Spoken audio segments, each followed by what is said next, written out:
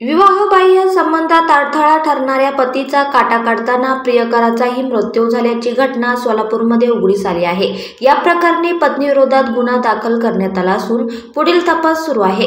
गणेश अनिल सपट आणि शंकर उत्तम पतडे अशी मयतांची नावे आहेत। गणेश यांचे शंकरच्या पत्नीसोबत विवाहबाह्य संबंध होते। या संबंधात पती शंकर अडथळा ठरत असल्याने पत्नीने प्रियकरासोबत मिळून त्याचा काटा काढण्याचं ठरवलं। त्यानुसार गणेशने शंकरला पार्टीच्या बहाण्याने घेऊन गेला।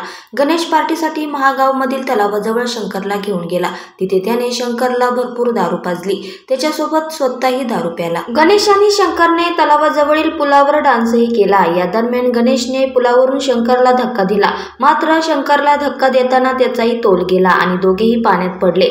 तलाव खोल असल्याने आणि दोघेही नशेत असल्याने पाण्यात बुडून मरण पावले। घटनेची माहिती मिळताच पोलिसांनी घटनास्थळी धाव घेत मृतदेह बाहेर काढले। पोलिसांनी मृत्यूबाबत शंकरच्या पत्नीची कसून चौकशी केली असता सर्व प्रकार उघडीस आला।